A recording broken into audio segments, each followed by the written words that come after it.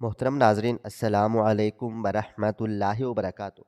میں کالج کی ایک معمولی لڑکی سے بدلہ لینے کے لیے ایک رات نکاح کر کے طلاق دے کر لندن چلا گیا، کیونکہ اس نے مجھے تھپڑ مارا تھا۔ لندن میں ایک لڑکی سے شادی کی مگر اولاد نہ ہوئی۔ اس نے مجھے نامرد ہونے کا طعنہ دیا اور چھوڑ کر چلی گئی۔ میں پاکستان واپس آیا۔ جیسے ہی گھر میں داخل ہوا تو نوکرانی کا بچہ میری ٹانگوں سے لپٹ گیا۔ مجھے اس پر بہت پیار آیا کہ اچانک اس کی ماں بھاگتی ہوئی آئی۔ جب اس کا چہرہ دیکھا تو پیروں تلے سے زمین نکل گئی، کیونکہ وہ تو میں گہری نیند سو رہا تھا جب اچانک ایسا لگا جیسے کوئی مجھے پکار رہا ہے، بابا بابا۔ کوئی ننھی جان مجھے اپنی طرف کھینچ رہی ہے۔ میں اپنی آنکھیں کھولنا چاہتا تھا لیکن ایسا لگتا تھا جیسے میں کسی گہری کھائی میں گرتا جا رہا ہوں۔ میری آواز نکل رہی تھی، دماغ جا چکا تھا، لیکن جسم بالکل سن ہو چکا تھا۔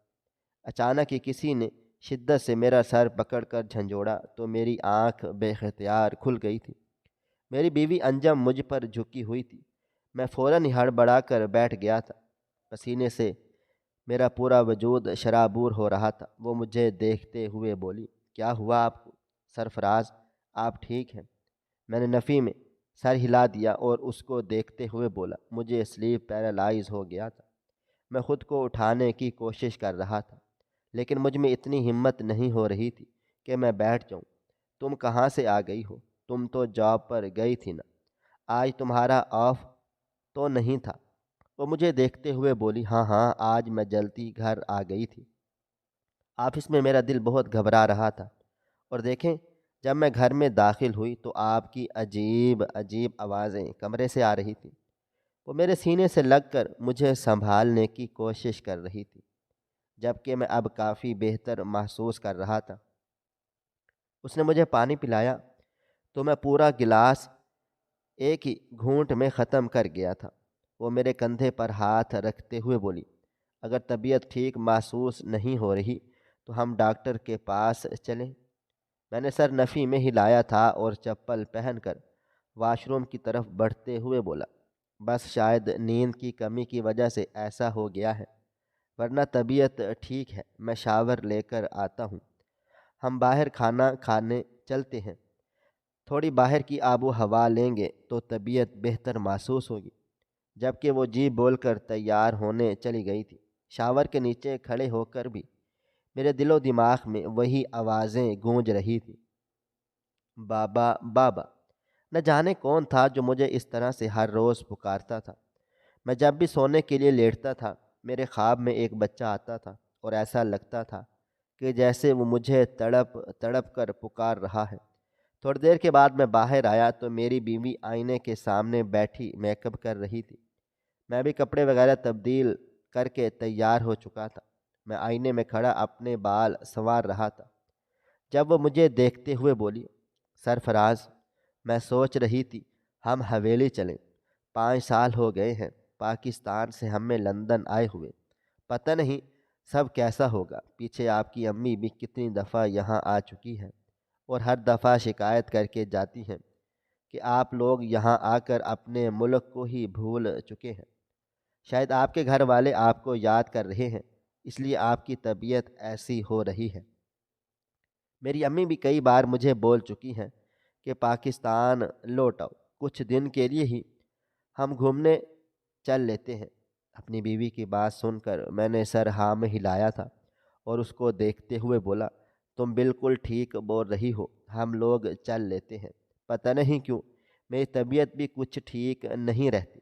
اگر مجھے کچھ ہو گیا تو زندگی بھر میرے گھر والوں کو یہ دکھ نہیں رہے گا کہ ان کا بچہ آخری بار ان سے مل کر نہیں پایا۔ میری بات سنتے ہی میری بیوی تڑپ کر اپنی جگہ سے کھڑی ہوئی تھی اور مجھے دیکھتے ہوئے بولی، یہ کس طرح کی باتیں کر رہے ہیں آپ؟ خدا نہ کرے آپ کو کبھی کچھ ہو، خدا آپ کو میری بھی عمر لگا دے۔ آئندہ کے بعد آپ اس طرح کی بات زبان سے ادا نہیں کریں گے۔ اس کی بات سن کر میں خاموش ہو گیا تھا اور اس کے بالوں کو کان کے پیچھے کرتے ہوئے بولا، میں جانتا ہوں تم مجھ سے کتنا پیار کرتی ہو، لیکن بس کبھی کبھی دل ہر چیز سے اچاٹ ہو جاتا ہے، پتہ نہیں کیوں، لیکن اندر ایک خالی پن محسوس ہوتا ہے۔ ایسا لگتا ہے جیسے میں نے زندگی میں بہت برا کچھ کیا ہے اور اب مجھے اس کی بھرپائی کرنی ہے۔ میری بات سن کر میری بیوی میرا ہاتھ تھام کر بولی، میں سمجھ سکتی ہوں آپ کی کیفیت۔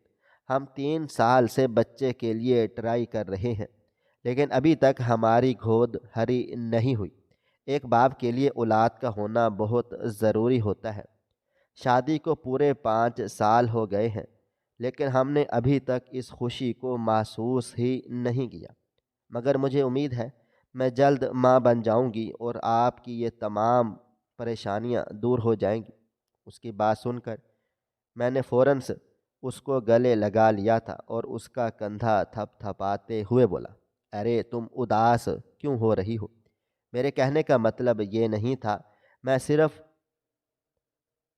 میں اپنا جملہ مکمل کرتا اس سے پہلے ہی وہ اپنے آنسو صاف کر کے مجھ سے علیحدہ ہوئی تھی اور باہر کی طرف بڑھتے ہوئے بولی، چھوڑیں ان باتوں کو، ہم لوگ باہر چلتے ہیں، مجھے بھی بھوک لگ رہی ہے، کھانا وغیرہ کھائیں گے تو تھوڑی طبیعت بحال ہو جائے گی۔ یہ کہہ کر وہ باہر کی طرف بڑھ گئی تھی، جبکہ پیچھے میں نے گہری سانس لے کر خود کو سنبھالا تھا۔ میری شادی کو 5 سال ہو گئے تھے۔ میں پاکستان سے ہی شادی کر کے انجم کو اپنے ساتھ یہاں لایا تھا۔ وہ پڑھی لکھی سمجھدار لڑکی تھی۔ یہاں آتے ہی اس نے میرا گھر سنبھال لیا تھا، گھر کے ساتھ ساتھ وہ نوکری بھی کرتی تھی۔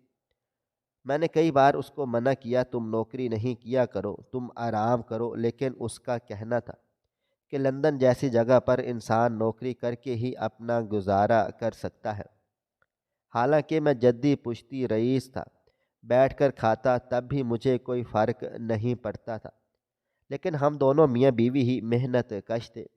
یہاں آنے کے بعد بھی ڈھیلے نہیں بیٹھے تھے، بلکہ میں نے اپنا کاروبار شروع کر لیا تھا۔ میرے اپنے 2 یوٹیلٹی سٹور تھے، میری بیوی بینک میں منیجر کی جاب کر رہی تھی۔ ہمارے پاس پیسہ ہی پیسہ تھا۔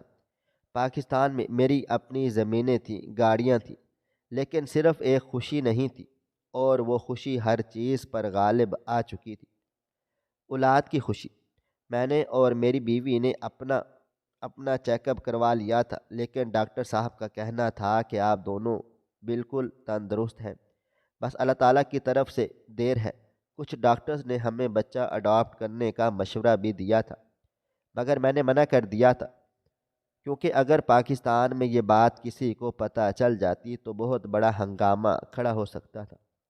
ہم خاندانی رئیس تھے اور حویلی والے تھے، اگر ہمارے خاندان کے بچے اڈاپٹ ہوئے تو سوائے ہماری مردانگی پر سوال اٹھنے کے اور کچھ بھی نہیں ہوتا، اس لیے میں یہ قدم نہیں اٹھا سکتا تھا۔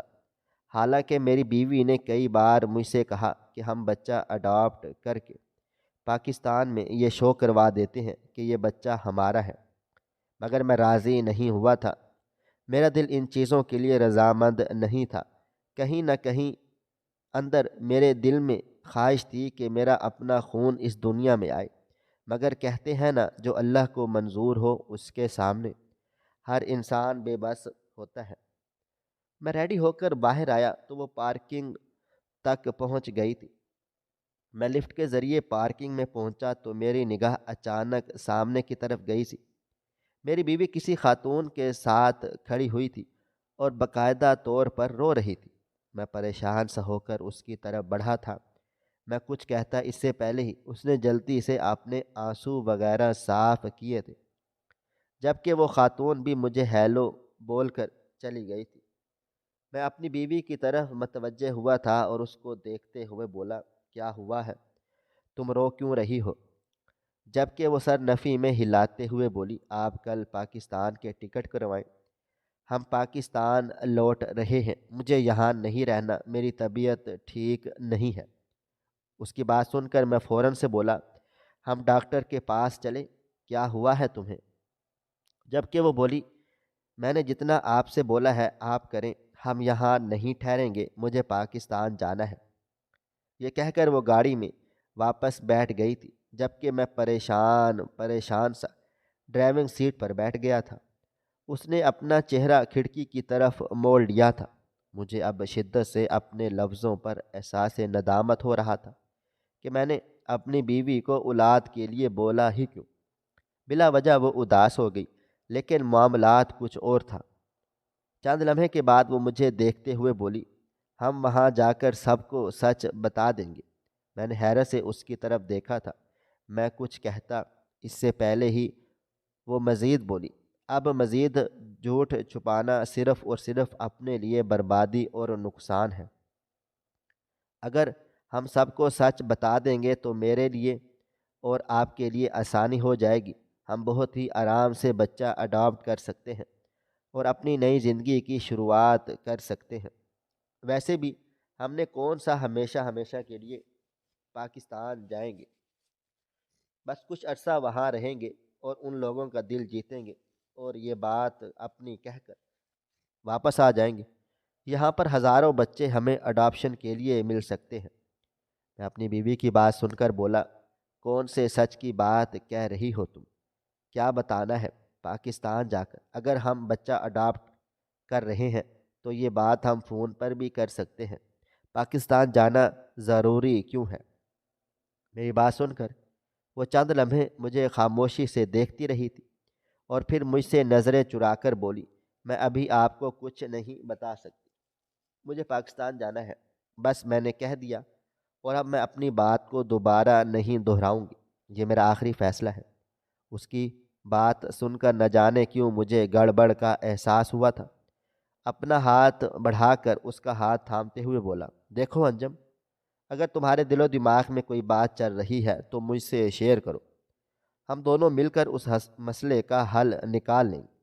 پاکستان جا کر ایک دم سے اعلان کر دینا کہ ہم بچہ اڈاپٹ کر رہے ہیں، یہ ہمارے لیے خطرناک ہو سکتا ہے۔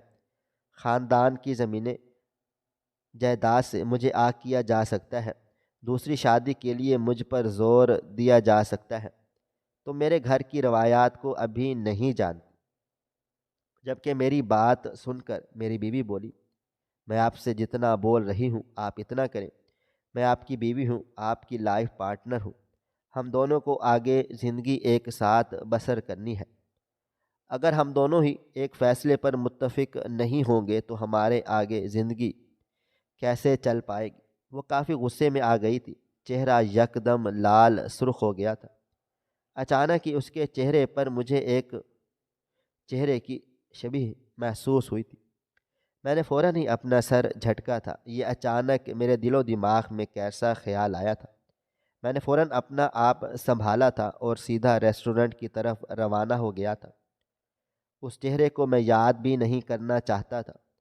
اگر اس بارے میں انجم کو پتہ چل گیا تو وہ میری زندگی تباہ و برباد کر دے گی۔ میں نے فوراً ہی اپنے تمام خیالات کو جھٹک دیا تھا اور سیدھا ریسٹورنٹ کے قریب جا کر میں نے گاڑی پارک کی تھی۔ ہم دونوں اندر داخل ہوئے تو گیٹ کیپر نے ہمیں سلام کیا تھا، جبکہ ہم چپ چاپ ایک ٹیبل پر بیٹھ گئے تھے۔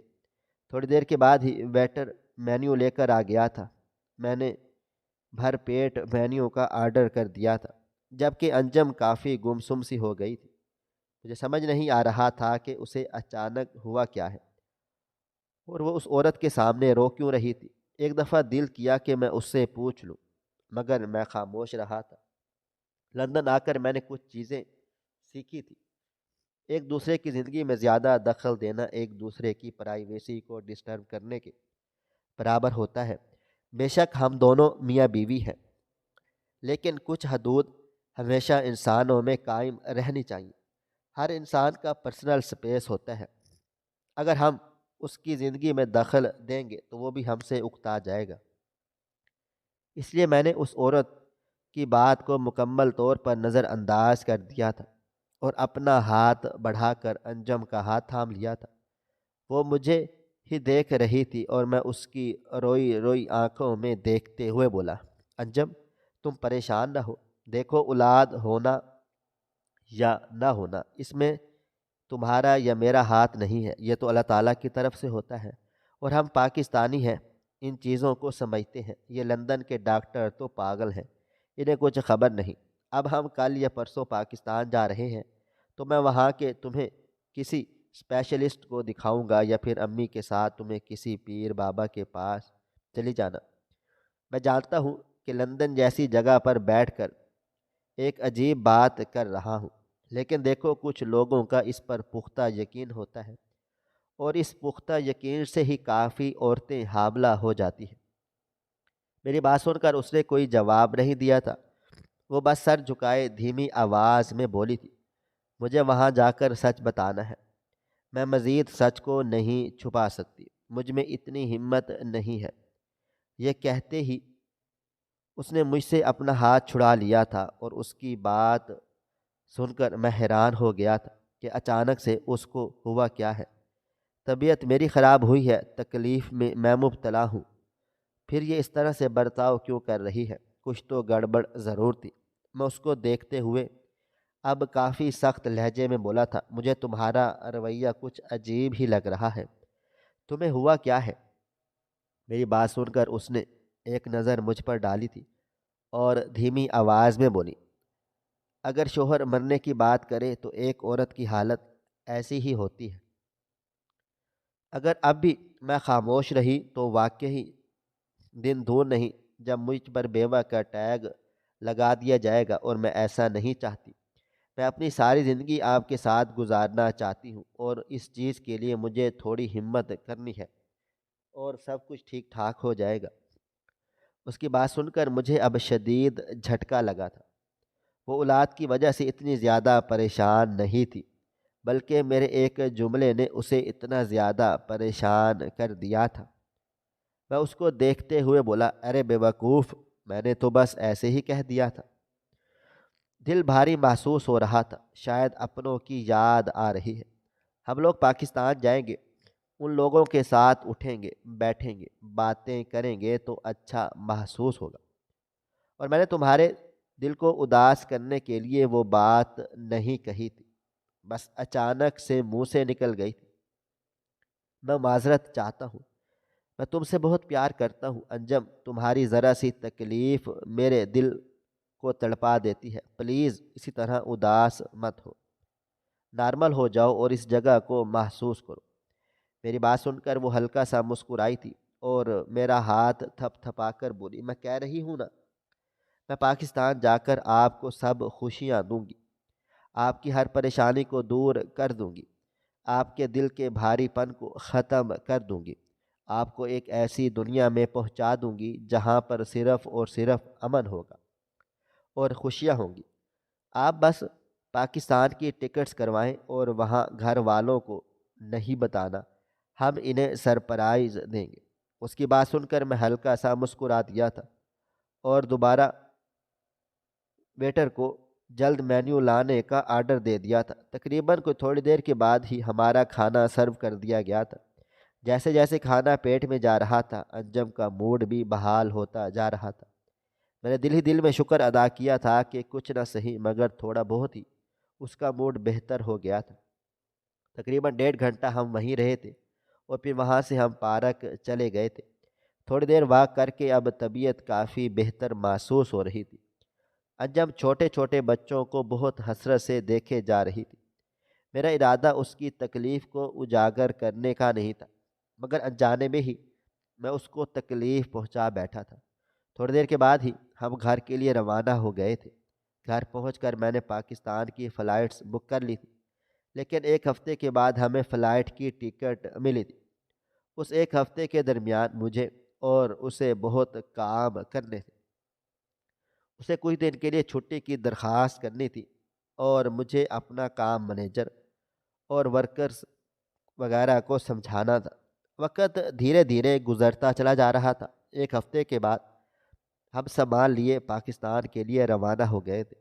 ایئرپورٹ پر بیٹھ کر نہ جانے کیوں مجھے بار بار اپنی زندگی کے وہ تمام قصے یاد آ رہے تھے جو پاکستان میں 5 سال پہلے تمام کر کے آیا تھا، لیکن ہر بار ہی میں اپنے خیالات کو جھٹک رہا تھا کہ بار بار میں ان چیزوں کے بارے میں کیوں سوچ رہا ہوں جن سے اب میرا کوئی تعلق واسطہ ہی نہیں ہے۔ تھوڑی دیر کے بعد ہی ہماری اناؤنسمنٹ ہو گئی تھی اور ہم پرواز کر گئے تھے۔ ایک لمبی مسافت طے کر کے ہم پاکستان ایئرپورٹ پر فجر کے وقت لینڈ ہوئے تھے۔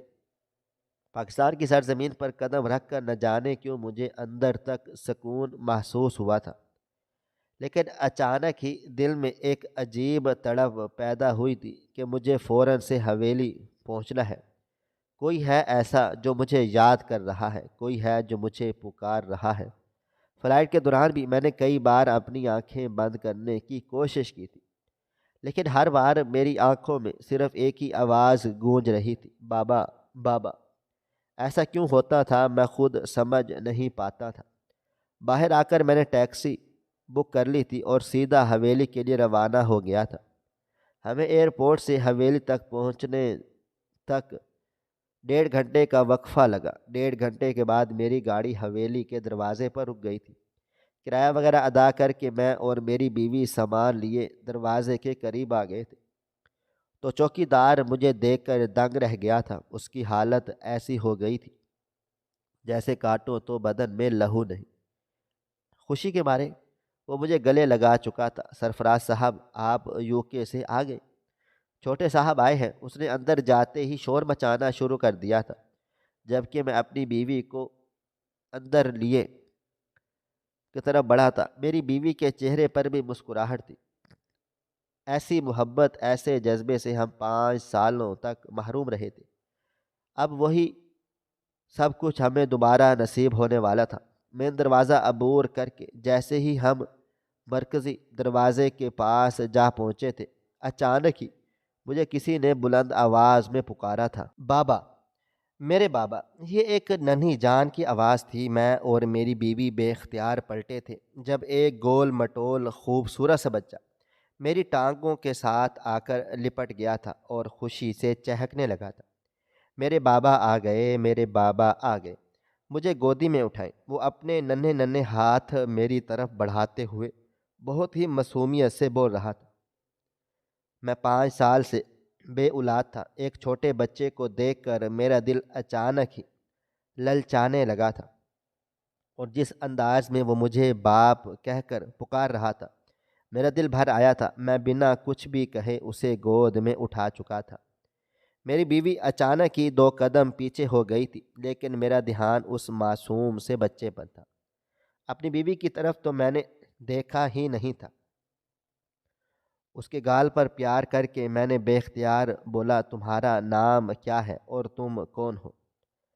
ابھی میں کچھ کہتا اسی پل ہمارے گھر کام کرنے والی بوا جی میرے پاس چلی آئی تھی اور اس بچے کو میری گود سے لیتے ہوئے بولی، معاف کرنا صاحب، نادان ہے، کسی کو بھی باپ کہہ دیتا ہے، آفرین کا بیٹا ہے، یہاں کام کرتی ہے۔ جبکہ اس نام پر ایک لمحے کے لیے میرا دل زور سے دھڑکا تھا۔ میں نے اس بچے کو غور سے دیکھا تو نہ جانے کیوں اس کا چہرہ مجھے کسی سے ملتا جلتا محسوس ہوا تھا۔ میں نے فوراً ہی نظریں چرائی تھی۔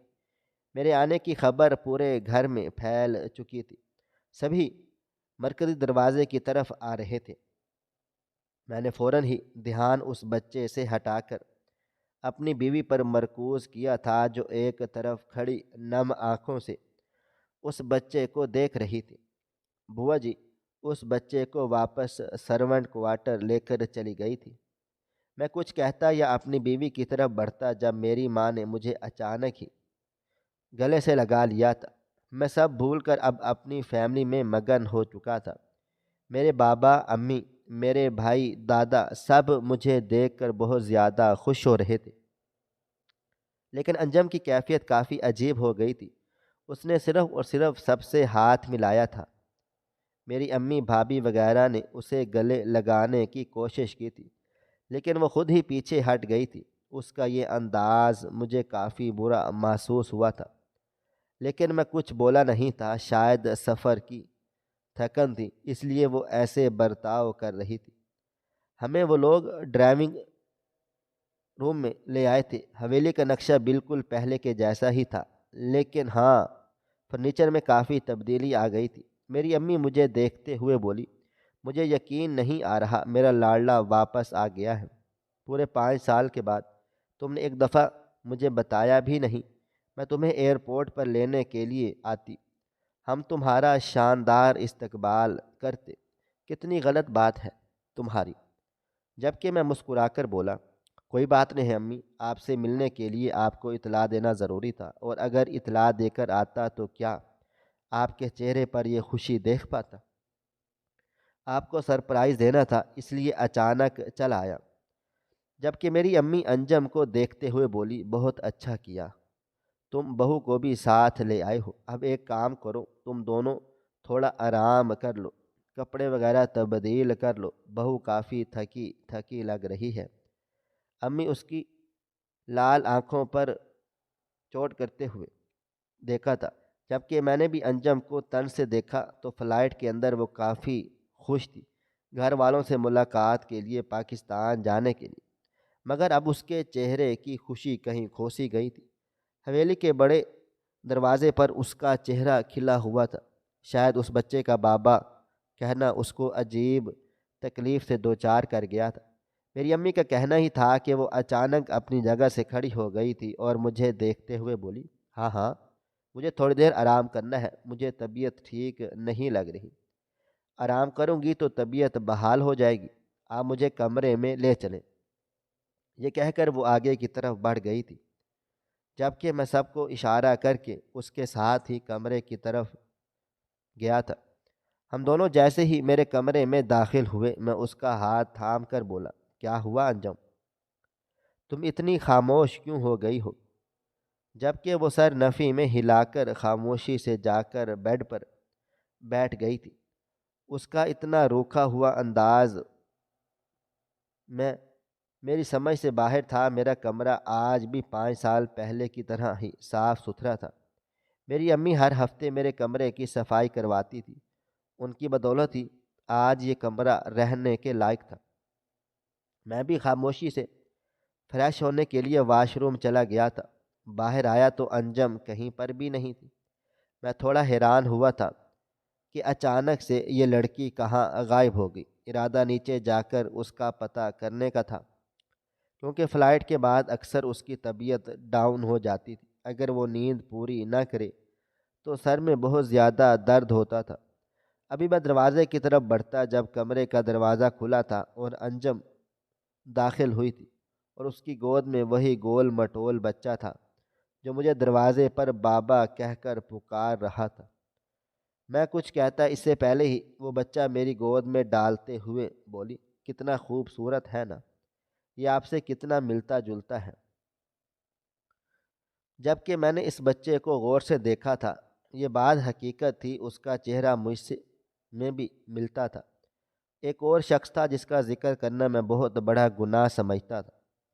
میں سر نفی میں ہلاتے ہوئے بولا، نہیں نہیں، ایسی کوئی بات نہیں ہے، مجھ میں کیوں ملے گا، میری اولاد تھوڑی ہے، اور ویسے بھی بچے نادان ہوتے ہیں، یہ بھی لگ بھگ 4 سال کا ہے۔ اتنے کم عمر بچے ایسی غلطیاں کر دیتے ہیں۔ جبکہ وہ سر نفی میں ہلاتے ہوئے بولی، یہ 4 سال کا ہے، 2 سال کا نہیں۔ اس عمر کے بچے تھوڑے بہت سمجھدار ہو چکے ہوتے ہیں۔ خیر، شاید یہ غلطی ہی کر رہا ہے، میں نے سوچا آپ کے پاس لے آتی ہوں۔ آپ کو یہ بچہ اچھا لگ رہا تھا نا؟ اس کی بات سن کر میں بولا، ہاں اچھا تو لگ رہا تھا، لیکن تم اس کو یہاں کیوں لے کر آئی ہو؟ اس کو باہر بھیجو اور تم آرام کرو، جتنا پیار کرنا تھا میں کر چکا ہوں۔ بوا جی نے بتایا ہے کہ یہ ایک ملازم کا بیٹا ہے، اور مجھے ملازمین سے رشتہ بنانا پسند نہیں۔ جبکہ وہ آسودگی سے مسکرا کر بولی، ایسے نہیں کہتے، بعض اوقات اپنے جملے خود ہی نقصان دے جاتے ہیں۔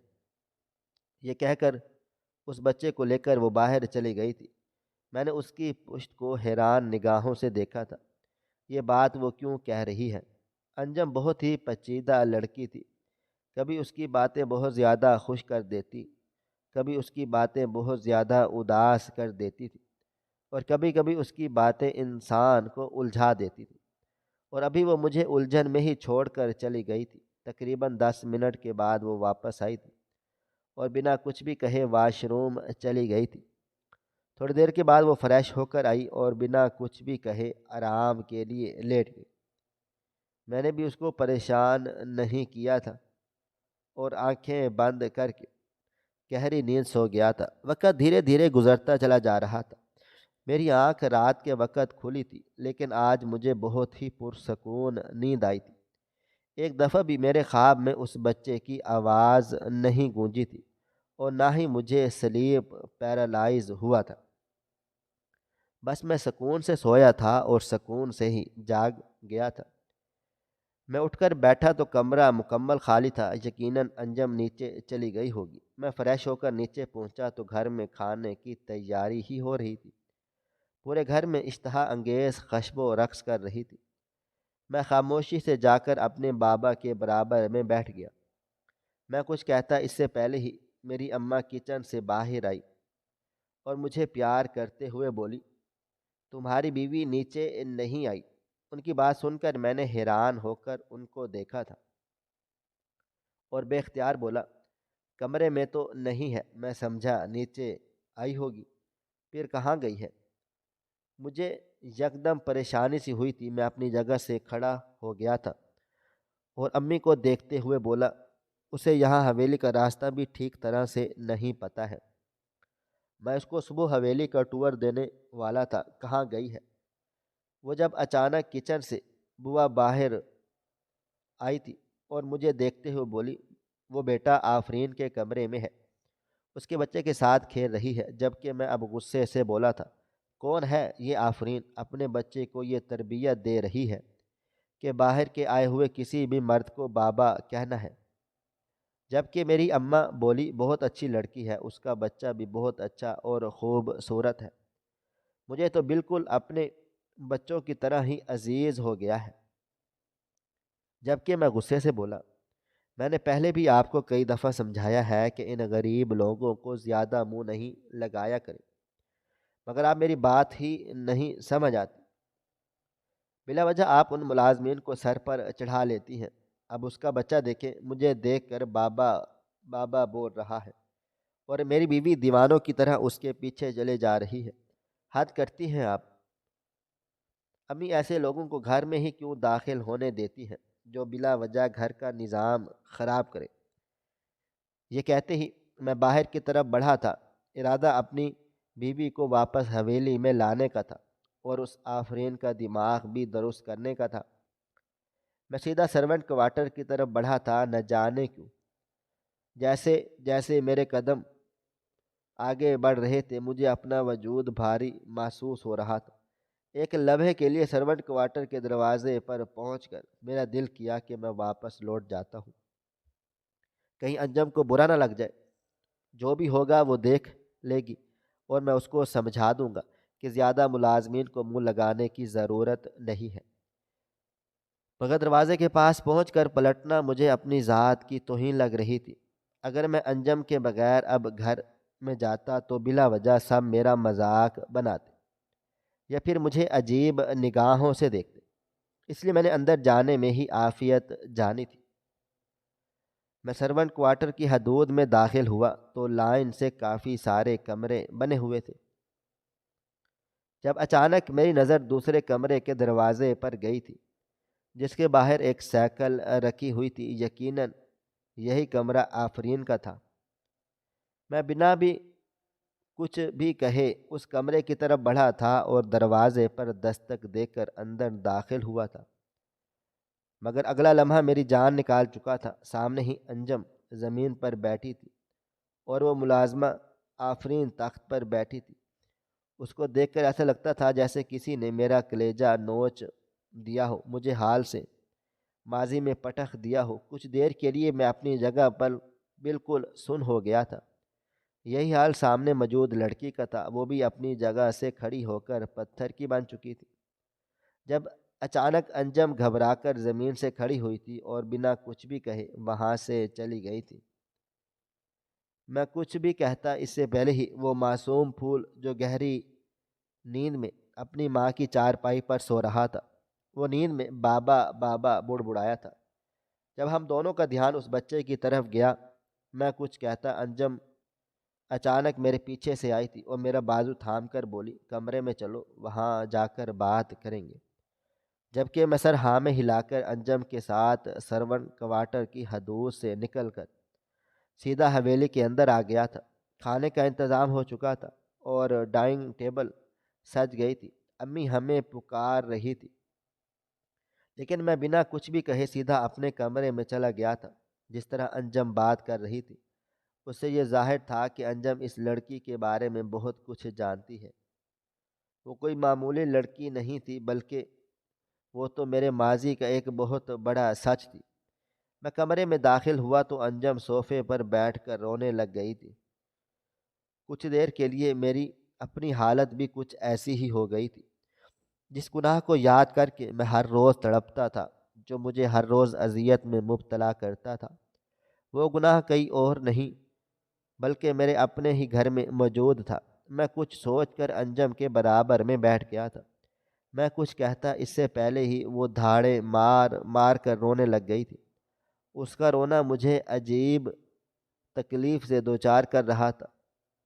وہ سخت لہجے میں بولا، کچھ بتاؤ گی یا پھر صرف رونے کا ارادہ ہے؟ تو مجھے پاکستان کیوں لے کر آئی ہو؟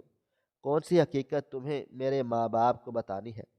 اور اس لڑکی کو یہاں تک مجھے اندازہ ہو گیا، تم جانتی ہو، کچھ تو بتاؤ خدا کے لیے۔ میری بات سن کر اچانک ہی اس نے ایک زناٹے دار تھپڑ میرے منہ پر رسید کر دیا تھا اور میرا گریبان تھامتے ہوئے بولی، تمہیں کیا لگتا ہے؟ کیا مجھے حقیقت نہیں معلوم؟ تم کتنے گرے ہوئے انسان ہو۔ تمہاری محبت میں اندھی ہو کر میں نے ایک لڑکی کی زندگی تباہ و برباد کر ڈالی، صرف تمہاری وجہ سے، اور اسی کی سزا مجھے مل رہی ہے کہ میرے گھر اولاد ہی نہیں ہوئی۔ اس کی بات سن کر میں نے حیران نگاہوں سے اس کو دیکھا تھا۔ زندگی اس نے نہیں، زندگی تو میں نے برباد کی تھی، اور پھر وہ یہ الزام اپنے سر کیوں لے رہی تھی؟ وہ کچھ کہتی اس سے پہلے ہی میں بولا، آفرین تو میرا گناہ ہے، تم اس گناہ کو اپنے سر کیوں لے رہی ہو؟ اس کی بات سن کر میری باتیں سن کر وہ چند لمحے خاموش رہی، پھر بولی، جب آپ نے آفرین کو تباہ کر کے شادی کی رات ہی پھینک دیا تھا، اس رات میں نے ہی آفرین کو سہارا دیا تھا اور اپنے ساتھ اس کو فلیٹ لے گئی تھی۔ وہاں پر اس کو رکھنے والی میں تھی۔ 2 مہینے بعد جب مجھے معلوم ہوا کہ وہ حاملہ ہے، میں نے کوشش کی تھی کہ یہ بچہ ضائع ہو جائے، لیکن قسمت کو کچھ اور ہی منظور تھا۔ ڈاکٹر نے صاف منع کر دیا تھا کہ اگر ہم نے یہ غلطی کرنے کی کوشش بھی کی تو یہ بھی مر جائے گی۔ میں ڈر گئی تھی اور میں نے اپنے قدم پیچھے لے لیے تھے۔ اس دوران ہماری شادی کی بات چل پڑی تھی۔ مجھے معلوم بھی ہوا تھا کہ آپ نے آفرین کو نکالنے کے بعد اسے ڈھونڈنے کی بھی بہت کوشش کی تھی، لیکن میں نے اس کو ایسا غائب کر دیا تھا کہ آپ کے ہاتھ ہی نہ آ سکے۔ اور پھر شادی کر کے میں نے اسی لیے ڈیمانڈ رکھی تھی کہ ہم یہاں سے چلے جائیں گے، مگر جیسے جیسے وقت گزرتا جا رہا تھا میرا ضمیر مجھے ملامت کرنے لگا تھا کہ اگر میں آپ کو سچ بتا دیتی کہ آپ کی پہلی بیوی آپ کی اولاد کی ماں بننے والی ہے، تو مجھے یقین تھا کہ آپ اسے واپس لے آتے اور میری زندگی میں ایک دوسری عورت کے طور پر شامل ہو جاتی۔ میں نے ہی 5 سال تک آپ سے یہ سچ چھپایا تھا، حالانکہ مجھے معلوم تھا کہ آفرین ایک بیٹے کو جنم دے چکی ہے، اور پھر جب اس نے بچے کو جنم دے دیا تو میں نے ہی اسے آپ کے گھر پہنچایا تھا بوا جی کے ذریعے، اور یہاں پر ملازمت دلائی تھی، کیونکہ وہ ہر وقت وہ فلیٹ میں نہیں رہ سکتی تھی۔ اس کی بات سن کر میں بالکل خاموش ہو گیا تھا۔ مجھے انجم کی کوئی بھی غلطی نظر نہیں آ رہی تھی۔ سب سے بڑا گناہ گار شخص تو میں خود تھا۔ انجم نے تو اس کی حفاظت کی تھی، میں کوئی نہیں تھا اس لڑکی کو الزام دینے والا۔ آفرین نے کالج میں بلا وجہ مجھ پر ہاتھ اٹھایا تھا۔ غلطی سے میرا ہاتھ اس کے کندھے سے ٹچ ہو گیا تھا، اور اسی دن میرے دل و دماغ پر بدلے کا بھوت سوار ہو گیا تھا۔ میں امیر باپ کی بگڑی ہوئی اولاد تھا۔ سب سے پہلے میں نے اسے اپنی محبت کے جال میں پھنسایا تھا، اور پھر اسے نکاح کر کے اس کی زندگی تباہ و برباد کر ڈالی تھی۔ صرف ایک رات اس کو اپنے پاس رکھا تھا اور اگلی صبح ہی نکال دیا تھا، اور پھر اس کی ذات سے بالکل ہی غافل ہو گیا تھا۔ لیکن ہاں، 6 مہینے کے بعد میں نے اس کو تلاش کرنے کی کوشش ضرور کی تھی، کیونکہ میں اس قصے کو مکمل ختم کر دینا چاہتا تھا، مطلب اس کو طلاق دے دینا چاہتا تھا، لیکن وہ کہاں غائب ہوئی تھی مجھے کچھ پتہ نہیں چلا تھا۔ اور آج پورے 5 سالوں کے بعد اس کو میں اپنے ہی گھر میں اپنی ہی اولاد کے ساتھ دیکھ کر میں پتھر کا بن چکا تھا۔ جس عورت سے میں سچائی چھپانا چاہتا تھا وہ اس سچائی میں ملوث تھی۔ کافی دیر تک میں وہیں بیٹھا رہا تھا اور پھر کچھ سوچ کر سرونٹ کوارٹر کی طرف بڑھا تھا۔ مجھے اب سب کچھ ٹھیک ٹھاک کرنا تھا۔ شاید خدا نے مجھے پاکستان بھیجا تھا۔ وہ ننھی جان جو ہر رات مجھے بابا بابا کہہ کر پکارتی تھی، آج وہ ننھی جان میری آنکھوں کے سامنے تھی۔ میں واپس سرونٹ کوارٹر چلا آیا اور بنا کچھ بھی کہے آفرین کے قدموں میں بیٹھ کر اس سے گڑ گڑا کر معافی مانگی تھی۔ اللہ تعالیٰ نے مجھے بہت ہی بدتر سزا دے ڈالی تھی۔ میں نے ایک عورت کو تباہ کر دیا تھا، اس رب نے میری پوری زندگی کو تباہ کر دیا تھا۔ میں نے جب آفرین کے پاؤں پر ہاتھ لگایا تو وہ فوراً ہی پیچھے ہو گئی تھی۔ میں سر جھکائے بولا تھا، مجھے معاف کر دو آفرین، میں پچھتاوے کے گڑھے میں گر چکا ہوں۔ مجھے سمجھ آ گیا ہے کہ میرے گھر اولاد کیوں نہیں ہوئی۔ میں نے تمہاری زندگی برباد کر کے کچھ سکون حاصل نہیں کیا، بلکہ ساری زندگی میں تڑپتا ہی رہا ہوں۔ تمہیں نہیں پتہ میں نے 5 سال کتنے اذیتوں میں گزارے ہیں۔ ہر روز میرے خوابوں میں میرا بچہ آتا تھا، مجھے معاف کر دو، لیکن اس نے مجھے خوب ساری باتیں سنائی تھیں کہ آپ کی وجہ سے میں کہیں کی بھی نہیں رہی۔ میں عزت دار گھرانے کی بیٹی تھی، لیکن اب میں ایک ملازمہ بن چکی ہوں اور یہ سب کچھ آپ کی وجہ سے ہوا ہے۔ لیکن میں نے اس سے وعدہ کر لیا تھا کہ میں تمہیں بیوی کا درجہ دوں گا اور اپنی اولاد کو اپنا نام دوں گا۔ میں تمہیں بھی اور اپنے بچے کو لے کر بھی لندن چلا جاؤں گا، وہیں پر میرے بیٹے کی پرورش ہوگی۔ میں نے اب کچھ نہیں سننا تھا۔ سب سے پہلے میں نے آفرین کو کہا تھا اور حویلی میں لا کر سب کو سچائی بتا ڈالی تھی، جبکہ میری ماں تو میرے بیٹے کو گلے لگا کر دھاڑے مار مار کر رونے لگ گئی تھی کہ مجھے پہلے ہی اسے گلے سے لگا کر اپنے ہونے کا احساس ہوتا تھا، اور آج سچائی جان کر تو میرا کلیجہ ہی منہ کو آ گیا ہے۔ لیکن جب میں نے امی جان کو بتایا کہ اب میں انہیں لندن لے کر جاؤں گا تو وہ کافی ناراض ہوئی تھی، لیکن میں نے اپنے بچے کے مستقبل کے ساتھ کوئی سمجھوتا نہیں کیا تھا۔ انجم کو بھی کوئی مسئلہ نہیں تھا، وہ بھی اولاد چاہتی تھی اور ہم دونوں کو ہی آفرین اور اس کے بچے کے ذریعے اولاد کا سہارا مل رہا تھا۔ میں نے آفرین کو بھی بیوی کا درجہ دے دیا اور اسے اپنے ساتھ لے کر لندن روانہ ہو گیا تھا۔ کچھ ہی عرصے کے بعد انجم کو بھی اللہ تعالیٰ نے خوشخبری سے نواز دیا ہے۔ کہتے ہیں نا، جب آپ بھلائی کرو تو رب پاک کبھی بھی آپ کے ساتھ کچھ غلط نہیں کرتا۔ میں اب اپنی پوری فیملی کے ساتھ بہت خوش رہ رہا ہوں۔ میری بیوی دوسرے فلیٹ میں رہتی ہے اور ایک بیوی میرے ذاتی فلیٹ میں رہتی ہے۔ میں نے اپنی پوری زندگی میں صرف ایک سبق سیکھا ہے، زندگی ایک سائیکل کے ٹائر کی مانند ہے، گھوم پھر کر کہانی ایک ہی جگہ پر آ کر واپس رک جاتی ہے۔ بے شک اللہ جو چاہے وہ کر سکتا ہے۔ ناظرین، آپ کو ہماری آج کی کہانی کیسی لگی؟ کمنٹ باکس میں اپنی رائے کا اظہار ضرور کریں۔ خواہش صرف اتنی ہے کہ کچھ الفاظ لکھو جس سے کوئی گمراہی کے راستے پہ جاتے جاتے رک جائے، اور نہ بھی رکے تو سوچ میں ضرور پڑ جائے۔ دوستو، امید کرتا ہوں کہ آپ کو یہ ہماری آج کی کہانی پسند آئی ہوگی۔ ہماری آج کی کہانی پسند آئی ہو تو ویڈیو کو لائک کریں، کومنٹس کریں، شیئر کرنا بالکل بھی نہ بھولیں۔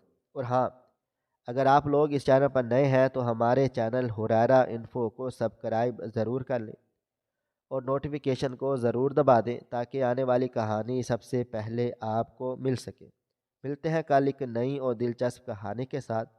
تب تک اپنا ڈھیر سارا خیال رکھیے گا۔ اللہ حافظ۔